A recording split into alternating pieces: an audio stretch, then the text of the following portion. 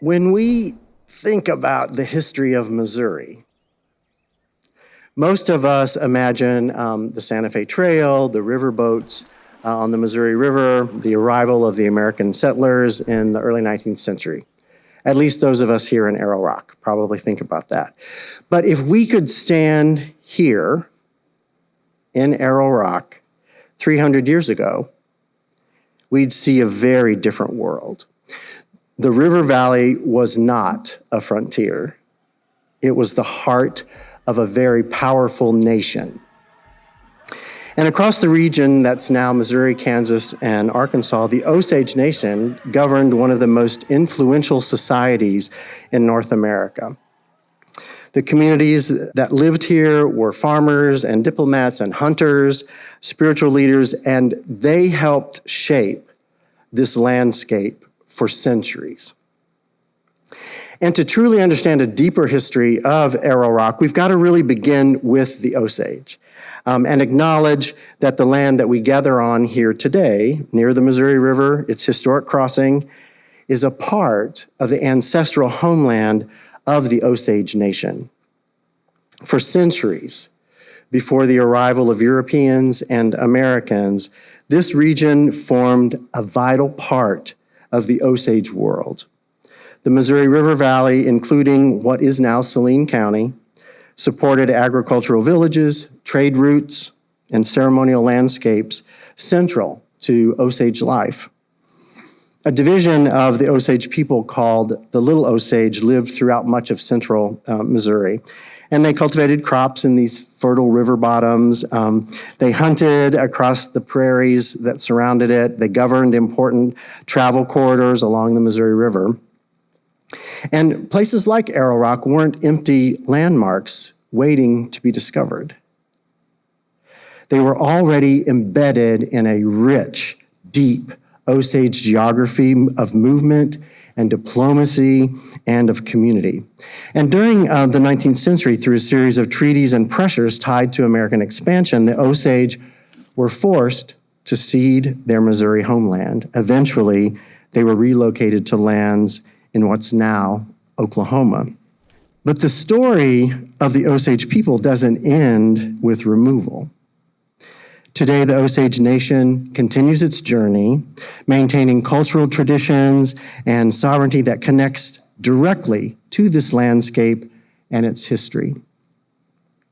Acknowledging this land reminds us that the history of this region does not begin with American settlement. It began centuries earlier with native nations who shaped the land, who shaped its economy and its cultural life. And for many years, the history of the Midwest was told primarily through the perspective of the American settler. But Osage historians have challenged that narrative. Lewis F. Burns and John Joseph Matthews, both members of the Osage Nation, are considered the foundational scholars of Osage history. And they argued that to understand places like Arrow Rock, we've got to first understand the Osage Nation that shaped it for centuries. And in the introduction to A History of the Osage Nation, Mr. Burns wrote, "If I have erred, I have tried to err on behalf of the Osages. It is time for some of the bias in favor of the Osages. There has been so much bias against them." And similarly, Mr. Matthews, in his book, The Osages, Children of the Middle Waters, emphasized the Osage worldview, describing how the Osage understood their homeland between the Missouri and the Arkansas rivers as the sacred center of life, ceremony, and governance. And he reminds us that the Osage were not just inhabitants of the land, but they were sophisticated planners, and again, diplomats and stewards of this thriving agrarian society. And when we begin the story with the Osages themselves, a very different history of the Midwest begins to emerge, one that's defined not by frontier settlement exclusively, but by native power and agriculture and diplomacy, and by a people whose understanding of the land and the waterways really shaped centuries of human history. And even as we honor the foundational contributions of Burns and Matthews, modern Osage scholars and cultural leaders remind us that history is not fixed. Knowledge of the Osage past continues to evolve as new research is conducted, as oral histories are shared, and contemporary voices interpret events in light of present understanding.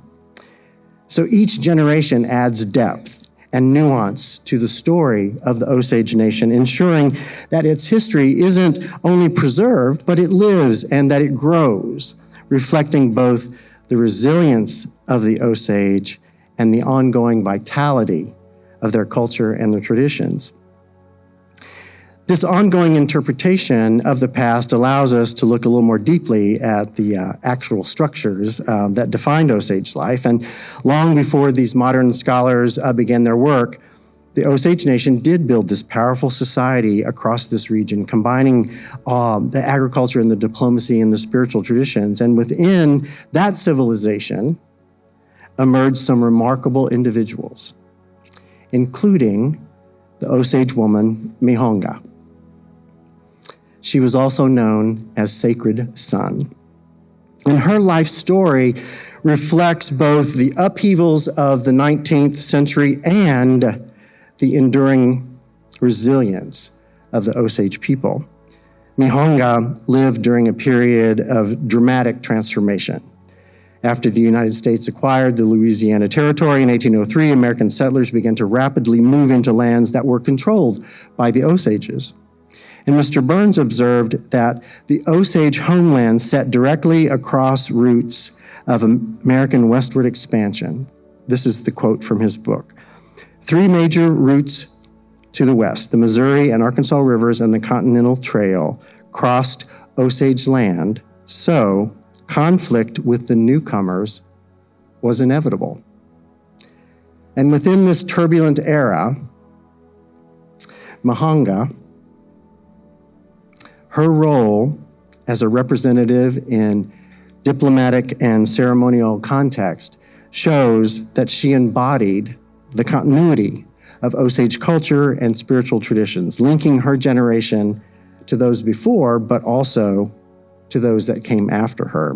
And one of the most remarkable episodes in her life occurred when she traveled to Europe as a part of an Osage delegation in 1827, leaving from this area. And during the early 19th century, Native leaders were sometimes invited or pressured to visit cities far from their homelands. For European and American audiences, these visits were often treated like spectacles. But for Osage leaders, they could also serve as opportunities for this diplomacy, for cultural exchange, and for representation. Yet behind the curiosity of the spectators, there stood a deeper truth. Mihonga represented a civilization that had dominated the central continent for generations, and her presence demonstrated that Osage culture and leadership and traditions continued to endure even as their homeland was being transformed by American expansion. A few years back, actually I think it was season 2 or 3 of Voices of Arrow Rock, Dr. Joan Stack, who's curator of the State Historical Society of Missouri, reminded me of Mihonga's importance in Osage history and the significance of the 1830 portrait by Charles Bird King, from which this lithograph was made. The painting captures both Mihonga's youthful dignity and her composure, reflecting the courage and the resilience that she displayed as she represented her people in unfamiliar and very challenging European contexts. Like Mihonga herself, the painting is a visual testament to the endurance and the identity and the sophistication of the Osage Nation. The 19th century brought enormous challenges to the Osage people, yet their story is not simply one of loss. Mr. Burns insisted that historians must move beyond narratives that portray Native peoples as only victims. And he wrote, "The Osages don't need or want sympathy, but they desperately need understanding."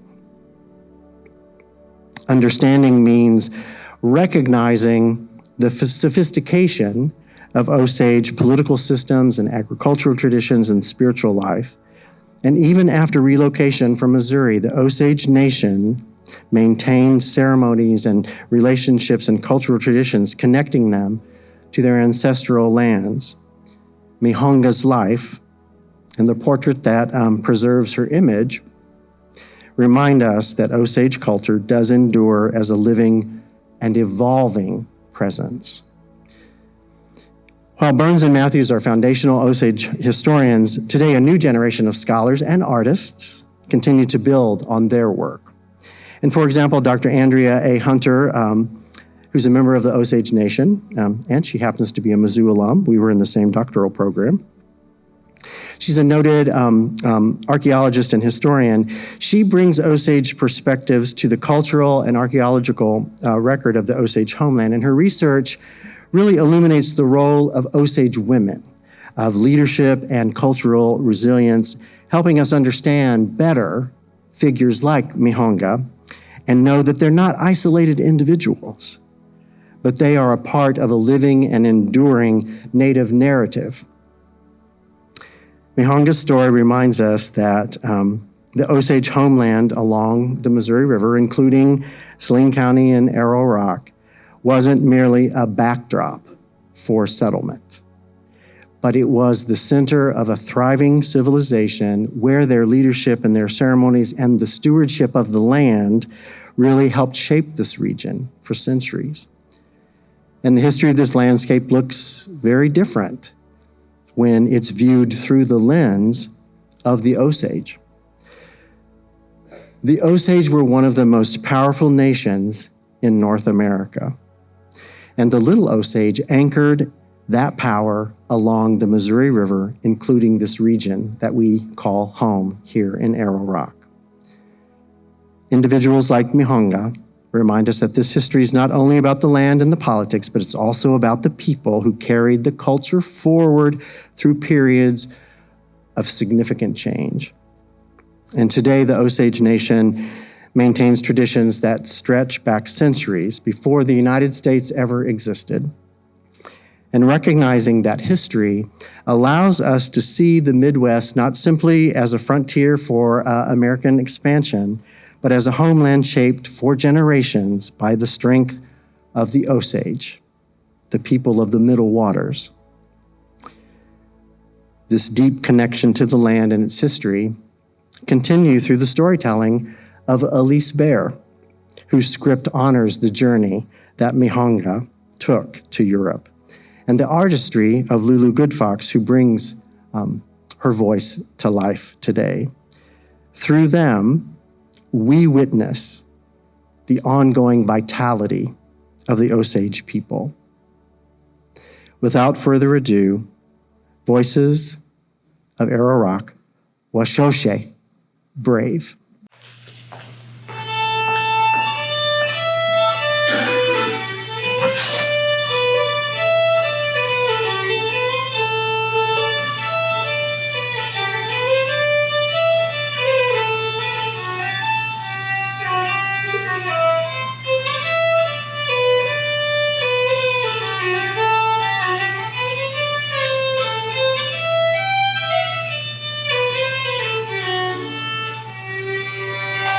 Away, welcome theater goers.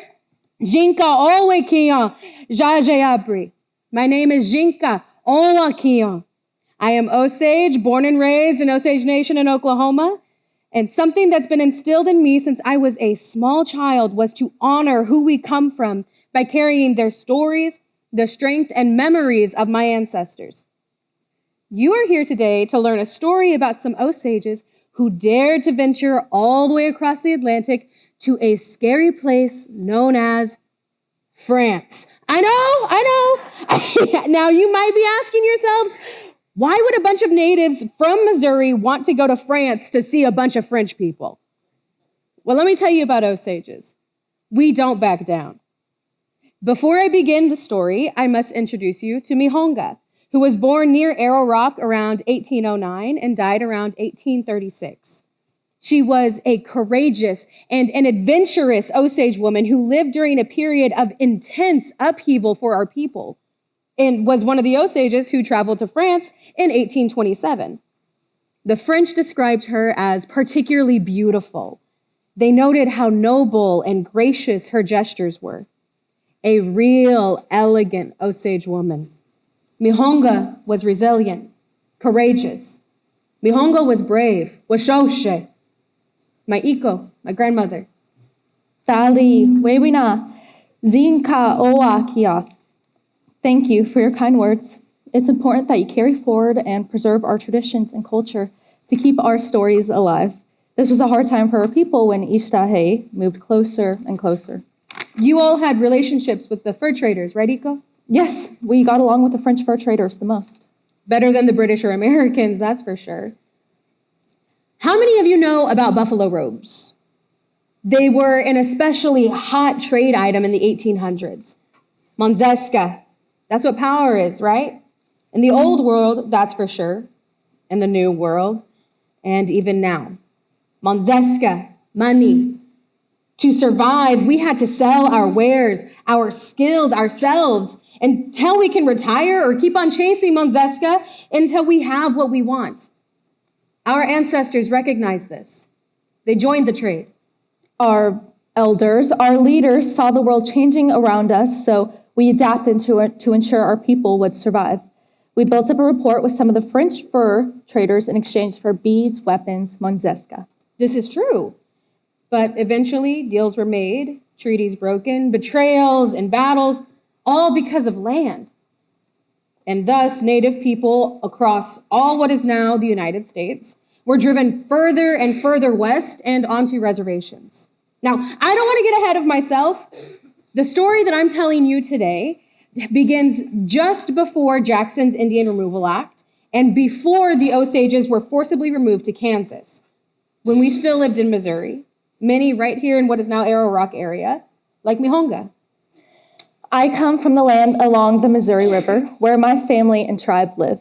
We hold into our ways, our traditions, and rely on Wakanda to guide us. Kahika Shinka's great-grandfather had traveled to France before. Perhaps making that journey would be good for us now as well.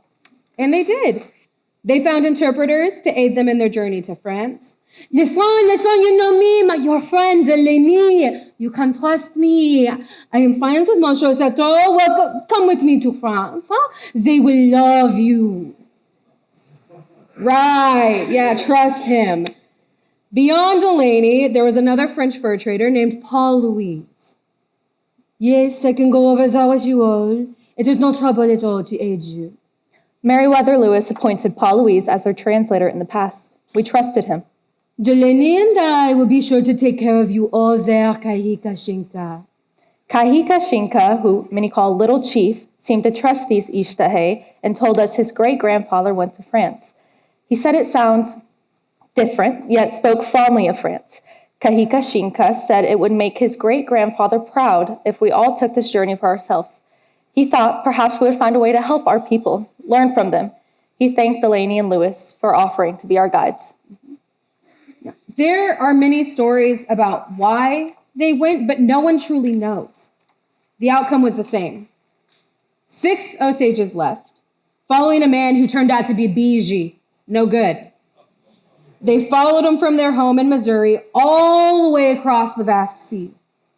Maybe they were tricked, told that they were going to meet the president in D.C.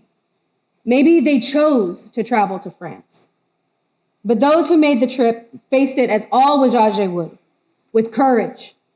Wajaje is the name for our people, before the French butchered it into Osage.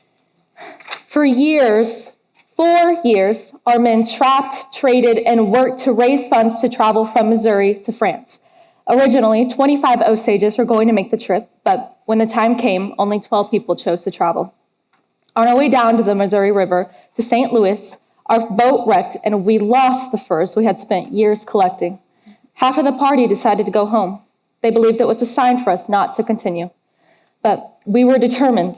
5 others and I went on, and while in St. Louis, well, That's where we ran into Delaney. We had met him before. We liked him. We trusted him. He was heading back to France, and he was a known businessman. Surely he would be the perfect man to help us in our journey. Many of us spoke French well enough to converse with fur traders, but it would be helpful to have Frenchmen as our guides. So, 6 Osages embark on their journey. Their ages ranged from 18 to 45. Kahika Shinka, little chief. Mihonga, who the Americans and British called Sacred Son, she was the youngest. Gide Doing, Hawk Woman. Kahika Shinka's second in command, Washinka Sabe, Black Spirit or Blackbird. Mingcharohu, Little Soldier. And the eldest, Monshon Akita Tonka, Big Soldier, also known as the Orator. It was a long and difficult voyage, and it took us 2 months to arrive in France. We docked at Le Havre. Present-day Normandy. Thousands of French people were there to greet us. Having heard the news that we were Osages, were traveling to their country, it was overwhelming, but not for Big Soldier. He declared, "You see, you think you scare us? No, we left our village to go visit our friends, the French, and all the people on the other side of the Great Lake. Nothing will be able to deter us from it, besides death." And all of the French people got incredibly excited to see them disembark. Mama, let me see! Oh, look at that dark hair, that skin. Oh, it is my first time seeing a power rouge in the flesh. Let me touch it. Those eyes, so dark. These French people swarmed us like vultures. They flooded the streets. They were hanging from ship masts, all just to catch a glimpse of us. The women were in dresses with long sleeves and big hats, while the men were dressed in coats similar to soldiers we have seen, with buttons and tails. We liked the women's dresses. At noon, July 27th, 1827, the French first saw the Redskins they'd only heard about in writing. It was written that their costume, their arms, the color of their reddish copper skin, the beauty and regularity of their immobile features, everything about them was an object of surprise. Everyone pushed near them to touch their hands and to receive from them a gesture gracious and full of nobleness. A platoon of regular troops was needed to get us safely from the docks to the Holland Hotel. We were shown the pleasures of France, art galleries where there was a very well-done marble statue, the nice harbor, and, of course, the theater. We sat in a box seat, and the theaters were packed with people. These people did not come to watch the show. They came to gaze upon us, the Osages who were watching theater. At some shows, even the actors, while performing, would be staring at us. Remember, they are inside a box seat, inside a packed theater in the middle of summer, and now they are watching a bad opera while being gawked at. A commenter wrote, "The Osages hide their emotions with great skill, and that they never make any exterior sign of the boredom they are feeling." And as always, they were swarmed by people. We were greatly disappointed with the protections given to us by the French. Little Chief stood up for us, saying, "In my country, 4 soldiers are sufficient to contain 8 or 10,000 Indians at a very great distance. We will never go to another spectacle from now on. If we brave the dangers of the sea, it is not to then be suffocated on the other side of the Great Lake." At one showing, we were surrounded by people. We moved to a different area, and they followed us so quickly we were nearly crushed. The guards helped little against that many people. These Osages even had an appearance with the royal court, attending diplomatic dinners, and met the king. Kahika Shinka had a good visit with the king and mentioned that his great-grandfather visited the king in his time. King Charles X of France requested that, since Osages for generations had been well received, why, if some French people decided to travel to Osage country, they should receive the same protections. Right. Up to this point, we were accompanied by guards. We moved up to Rouen along the River Seine and were invited to Chateau de Courvillon by Duchess of Fitzjames. We were entertained with dancing, riding, and various sports. Oh, I bet they loved this. As a warrior society, they now had a chance to engage with something active rather than the more quiet activities they've been exposed to thus far, and to see more of the French military. Was it fun? Yes, of course. We enjoyed the activity and learning more about the French. A little later, before we left our hotel, we were greeted by the people and waved goodbye from our balconies before we went on our way to Paris. Ah, yes, the city of love and grime. Can you guess how they were received? With crowds and crowds. In Paris, we met Ange Cormion, the French Minister of Foreign Affairs. We thought this would be the ideal opportunity for us to speak as dignitaries of their nations. However, at this breakfast, there were also 40 other attendees. We were not afforded the opportunity of a private audience with the minister. Mm-hmm. So far, we have them being stalked, bombarded by the French, and paraded around to different officials within the French government and monarchy. Do you think that the Osages spent 4 years gathering furs to simply go on a vacation to France, while America was encroaching into their homelands? But that meant little to them. Oh, the French minister made sure that these savages were well entertained while hosting them in his homeland. The Osages had familiarized themselves with the customs of the society in Europe and the manner of living, learning and adapting to how French people lived in order to maintain some level of respect. But the French people did not see them as equals. They saw the Osage as entertainment, a novelty, nothing more. Oui, Georges pas. Let me tell you a story about Kahika Shinka that illustrates this.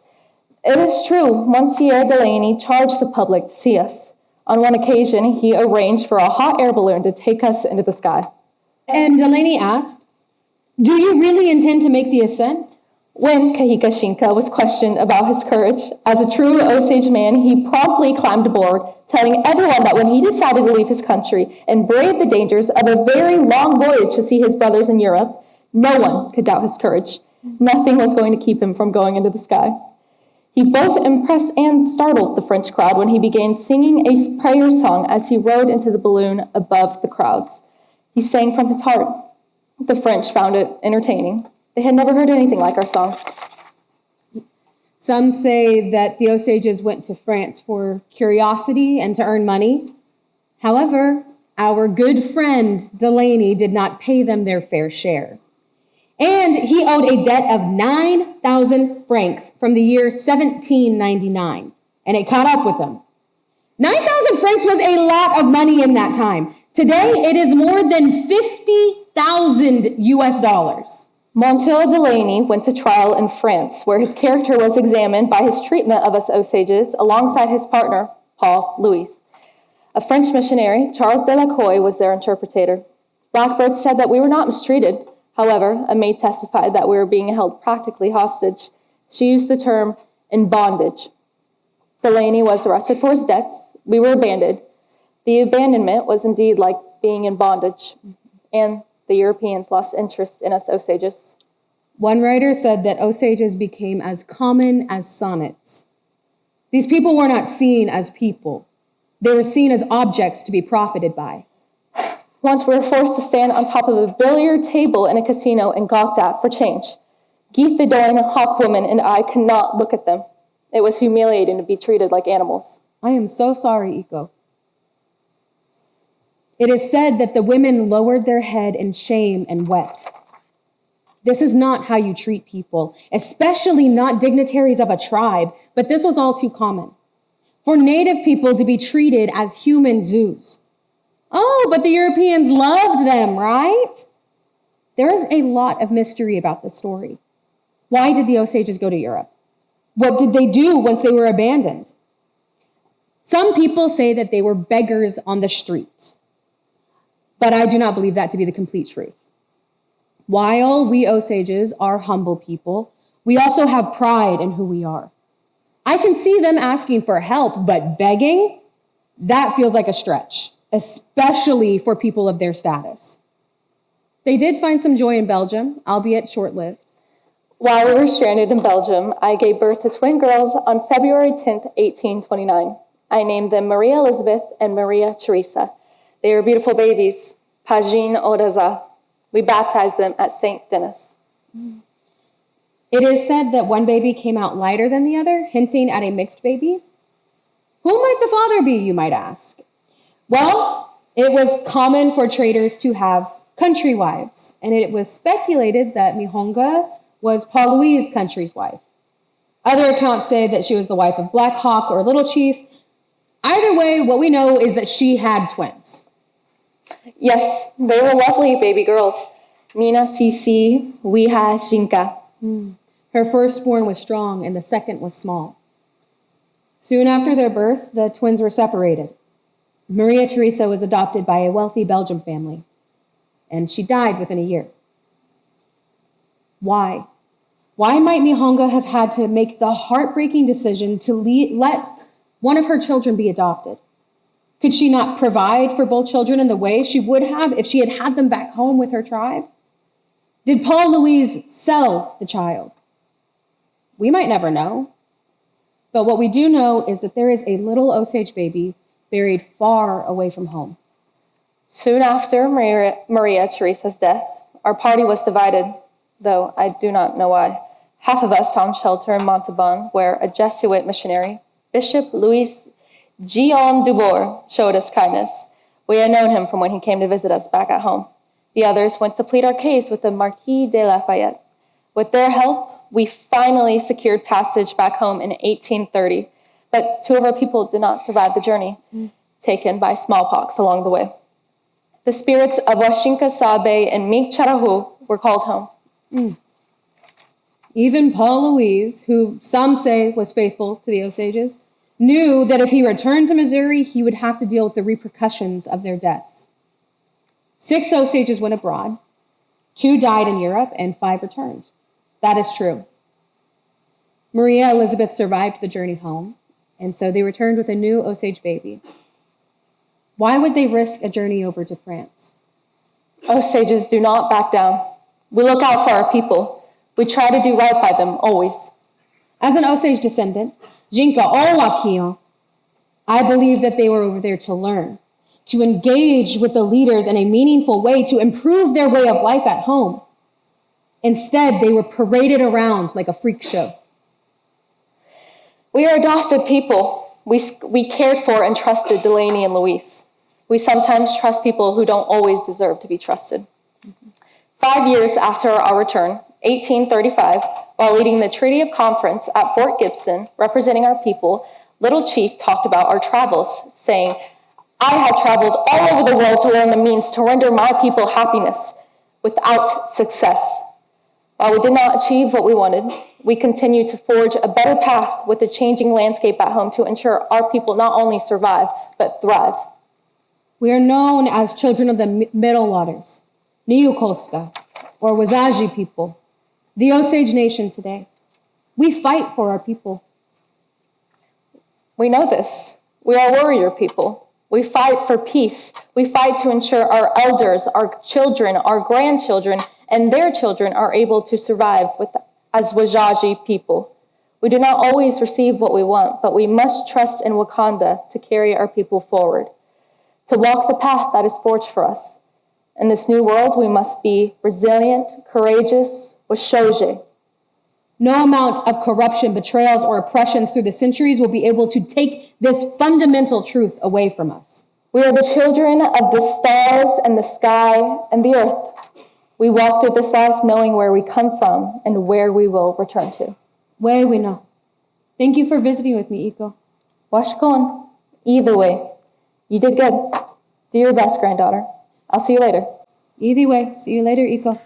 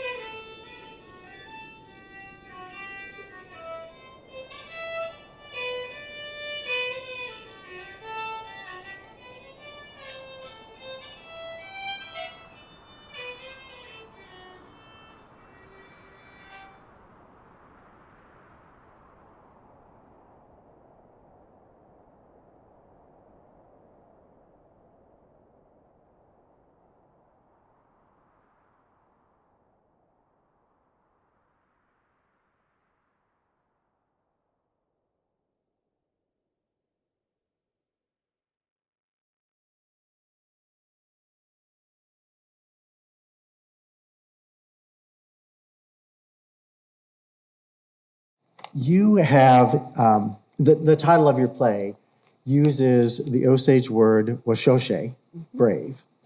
And could you kind of kick us off here by sharing what specific concept of bravery meant to the historical figures that you researched and how you kind of shaped the voice of Mihanga to include that? Well, I started first with visiting with some people back home. And so I talked to my godfather, John Maker, who's actually related to some of the folks that went to France. And as he kind of told me his perspective about things, that's, we had talked about it being courageous and things like that. And he was like, I think that they are brave. And that's just kind of how we have to be. That's what I feel like a lot of our culture permeates to this day. And so a connection that I feel between our generation and Mihanga is that sense of bravery, right? And we talk about resilience and just holding on to that. And to be able to leave this area, because we're landlocked, number one, and to travel down that river and trust that you're going to make it all the way that way and be around all of that, you have to have some sense of bravery and dignity to survive all of that, right? And so I was like, this makes sense to me because I feel like everybody in that journey had to have that sense. And so John, he was the one who was really emphasizing how brave they had to be. Thanks so much. That's great. Mm-hmm. Tom and Ethan are going to run around with a microphone here for anybody who has questions because we want to make sure we capture your question on the archived video. So who's got a question? Lead off. Oh, you have one right down here. Tom, you got the microphone? We're right over here.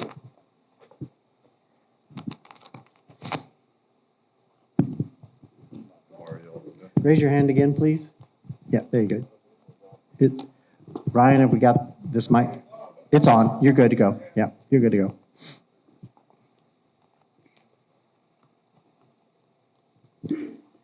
go. It's a great treat to hear the Osage language, especially in these parts. Would you talk a little bit about the state of the Osage language and maybe your own fluency? And also, I'd love to know a little bit about, it's also great to see the Osage alphabet on the front here. Just curious about your perspective on that and where it's going and how it is. So for the Osage Nation, we do not have any fluent speakers, that is their first language. We don't have any people like that left. But we do have a language department who does really, really wonderful work. They have classes in person for adults and youths. They've also got, you can be on Zoom and learn it that way. We have a dictionary, we have an app, we have children's books. They are really, really working on ensuring that our people can still speak our language. And they've got different types of recordings and stuff that you can listen to as well. We've also got an immersion school for kids, it's a Head Start program. And so some of our kids are speaking it better than the adults can at this point, right? And for me, I wouldn't even say I speak at an elementary level. No. I know how to read our alphabet. And so a lot of these, I just kind of had to sound out. And I spent some time, it's going to be a lifelong process because Osage is such a specific language. And it's almost, I don't want to say it's a tonal language, but it almost is with difference between a nasal or a non-nasal sound. And, but yeah, I've taken some language classes. And I try to study that we have textbooks that come out. We have our dictionary. I literally just sit down and read the dictionary sometimes. So I hope that answers your question. Got a question back there, Tom.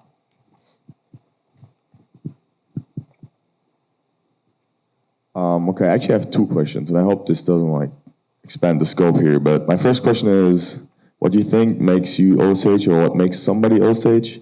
And secondly, we talked a lot now about, you talked a lot about Osage relations to French people or Americans, Europeans.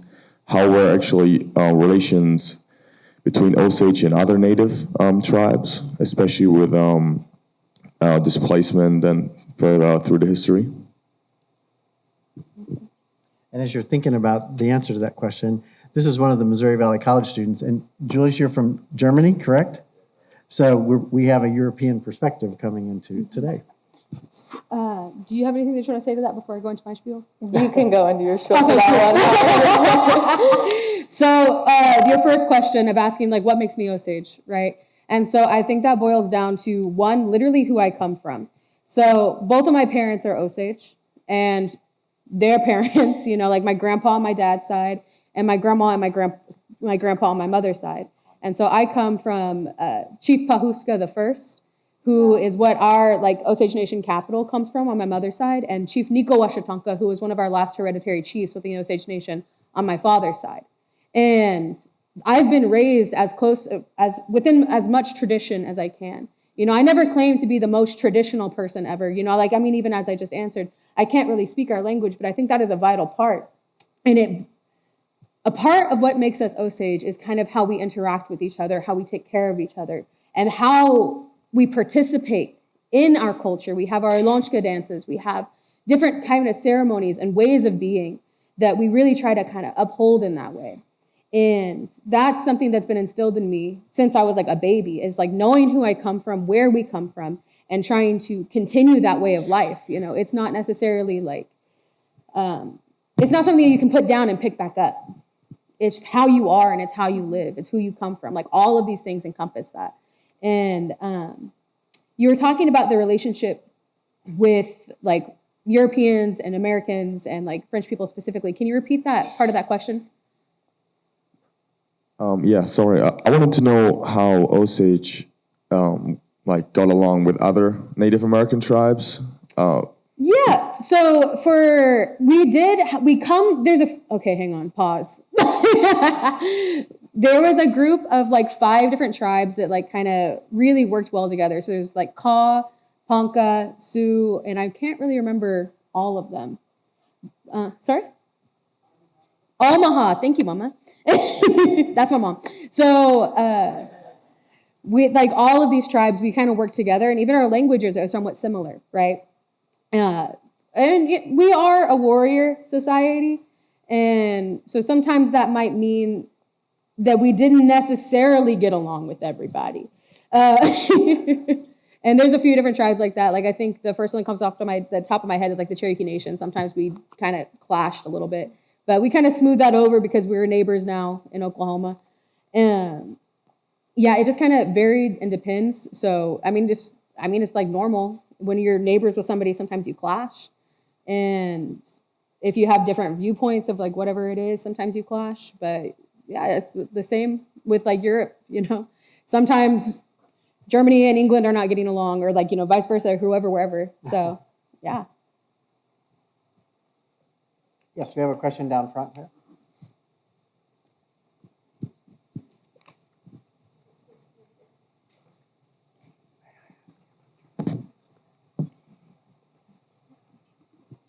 Thank you all very much for this presentation. I'm curious.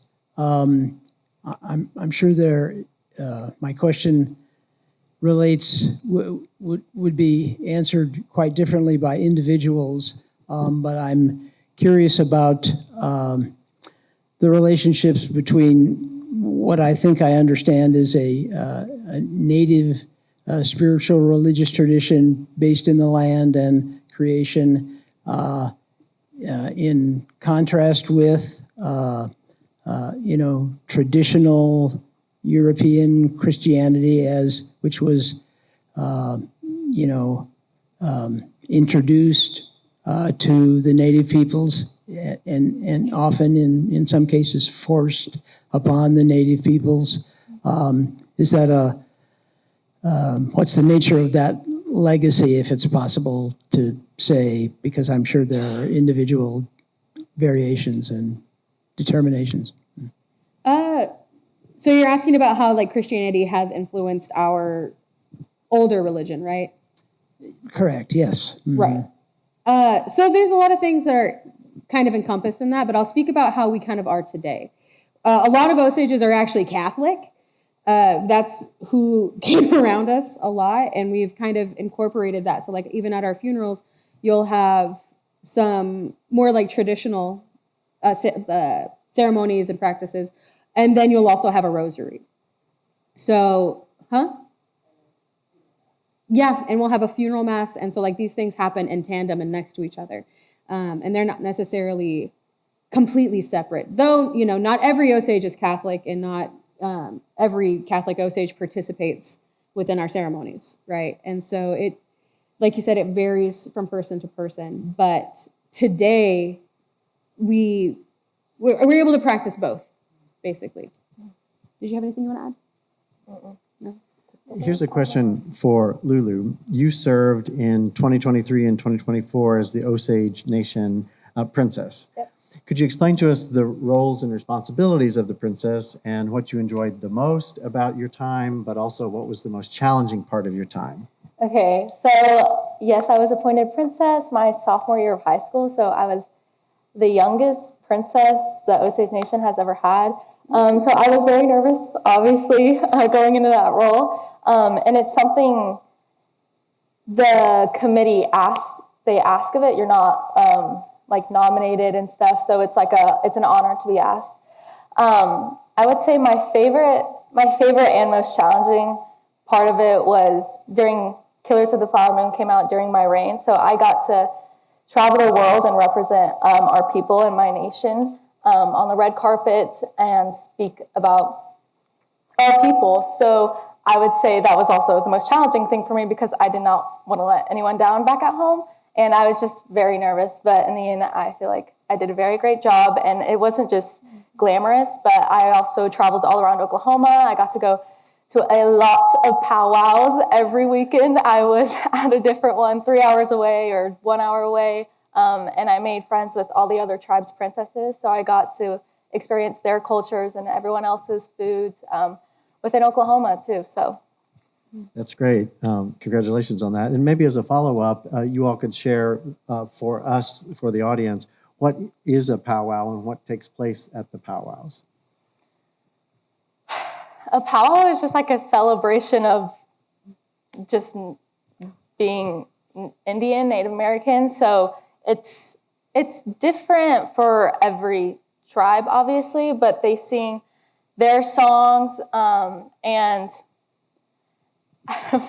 everyone just dances. So, and then you eat dinner with your family, and I don't know, you try and describe this better. And so, like, because it comes from like a way back whenever they first kind of put us all into Oklahoma, to my understanding, right?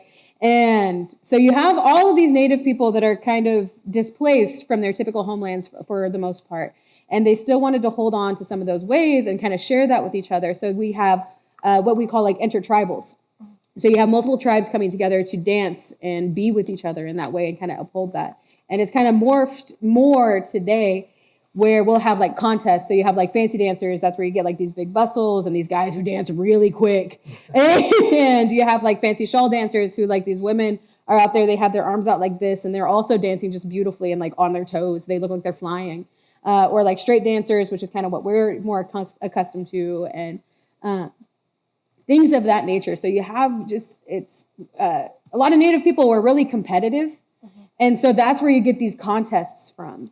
And so they're contesting for money and like things like that. So you'll see like littles, we have like tiny tots, they don't really contest. I mean, they do, but they all get a little prize and, stuff like that. But we go all the way up, you contest as long as you can and you dance as long as you can. And then intertribals is when more people are welcome to come out there and participate. But it's more of a social thing. Yeah. It usually starts around like 6 or 7 and ends around like 11 to 12. Like they're long nights, but and then there's sometimes so they much have stuff fun. Afterwards. Yeah.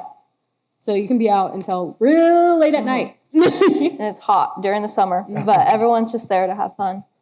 Thank you. Do we have any other questions here from the audience? Oh, we got a couple on this side of the room. Caitlin, and then we have, who is that over there? Oh, Autumn. Okay. Hello. Microphone. Hi. Hey. First of all, I'm out here, Mike. Oh, there you go. Gotcha. Yeah. Jason. Okay. First of all, wonderful performance, and you all did an excellent job. Learned a lot. On my way here, I had just watched the Alton Brown video this morning on cooking, and we had broke bread together yesterday. Mm-hmm. So I was thinking, what is the impact of the Osage community in the culinary scene? So I was thinking, what are some of the foods that you all cook and how impactful you all think, not just Osage, but as Native Americans overall, been to the culinary art scene within America. Because I think that's something that's, from what I know, it might be out there, but I never thought of. But what do you all think was brought to the table? You cook a lot. Do you want to go or do you want me to start? Well, my mom's a head cook, so she for the Osages. So we have our fry bread. This is just our most common. It's bread that is fried. They're kind of like beignets, but we eat them with every single meal. So even as sweets, you put honey on them, and then oh my gosh, there's so much. I think about like squash squash. and corn. Like those are all things that are native to here, to like North America. Similarly with like potatoes. Potatoes are from here as well. Pumpkins, like I guess that's a squash. But yeah, I mean, like for Osages, we put a lot of value into our meals. Yeah. And you know, we talk a lot about how you can't survive without that food, and so we put a lot of like prayers and thoughts into the food that we provide, especially for feasts and stuff like that. And it's a good way to celebrate and come together. We pray before every meal. Yeah. Great answer. And speaking of food, the tavern is open today for lunch. So you want to come join us for the buffet, they will do that. We've got time for a couple more questions. I know Autumn had one, Caitlin, and looks like Myra's got a question. So let's grab those 3 questions. This is hypothetical, but how do you think the voyage, their time spent in France would have been different had all 25 gone, so a bigger group, and had they had their items for trade, those furs? Like, do you think that would have changed how they were treated and the things that they would have been able to accomplish, like whatever their possible goals were, had they had a larger group and their items for trade? I think about that. That's an amazing question. Yeah. That's a Do you great have any question. thoughts? No, but now I'm thinking. Yeah. Now I'm thinking. Because I really think that a bigger delegation would have been better. Yeah. And they lost a lot of those things that they were going to give not only to trade, but they were going to give them as gifts. Because that's kind of a part of how we are. We, you know, when we go visit somebody, we bring them something. And because I truly, truly think that they saw like these American forces coming over here and they said, how do we stop them from still like pushing us like they have the rest of these people over here? And there's still a lot of people who have like French names and like French Osage people, right? Because I think I'm like a quarter French or something. And so we were close with some of these like fur traders, right? Of course we didn't get along with all of them, but the French we kind of got along with. And I think of them going to them to help, to be like, hey, you French people, you know how these British people are. Can you help us figure out how to make sure they don't mess with us? And instead they were met as being paraded around, right? I think that if they had a bigger delegation, they would have been forced to listen more. I think because if you have 6 people sat here with 40 other French people, freaky. And you're not going to be able to get a word in edgewise, right? But if there was 25 Osage people with these 40 at that Minister of Foreign Affairs brunch, that would have been a bit more, it would have been more easy to get their points across, I think. So I think that it would have changed the landscape of where we are currently if there was a bigger delegation. And if, I don't know about like the things they came to trade, but I do think that it would have helped them to not get stuck there because they were stuck for 3 years without a way to get home because Delaney just ended up, he's like, okay, I got in trouble, so I'm going to leave y'all. Let me just leave. And so they did. And but we still have a relationship with Montauban, actually, which is where we met that Jesuit priest. It's a sister city in conjunction with Pawhuska, which is the capital of the Osage Nation. So we still have a relationship going on there. We would not be the same had we had all 25 people go and have a stronger force with us. But yeah. A question right here. I was just curious to know more about Osage spirituality and its connection to the Missouri River Valley region. I don't think that that's something that I can speak on. Thank you, though. Yeah, I don't. And then Myra, we'll take that as our last question. You're both beautiful, cheerful young women, and thank you for your performance.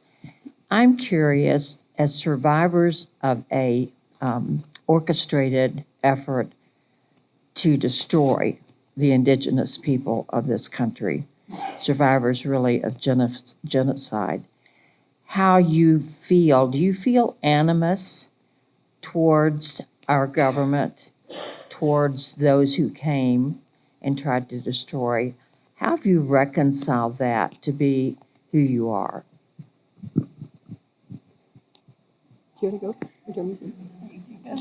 I definitely think that there's a distrust for me. However, we have a lot of Osage people who are veterans. And so we've had a lot of our people, because if you look at any war, a lot of the people who volunteer first to fight for this country are Native Americans across every single tribe. And it's personally, I do feel a distrust for this government, no matter who is in office. I always have. But it depends on how they try to interact with us, right? And I think that there's still a lot of work to be done. And do they try to interact? Do they try to interact with you? What do you, the tribes? No, yes, with the tribe. Does the government try to interact with the... Well, the government, the United States government has a Bureau of Indian Affairs, which directly coordinates with the tribal governments. And so, yes, like they have to. We've also got a lot of treaties, whether or not they were upheld, right, that they are having to refer back to. So yeah, the government and the, like, at least federally recognized tribes, they're in conversation. Thank you. Do you want to add anything to it? Okay. These were great questions, and it just continues to add to our education about the Osage here in the area. So appreciate your participation in the program today. Thank you all for the wonderful performance. It was great. And come join us for lunch at the tavern. We're headed over there in just a couple of minutes. So thank you all. Thank you.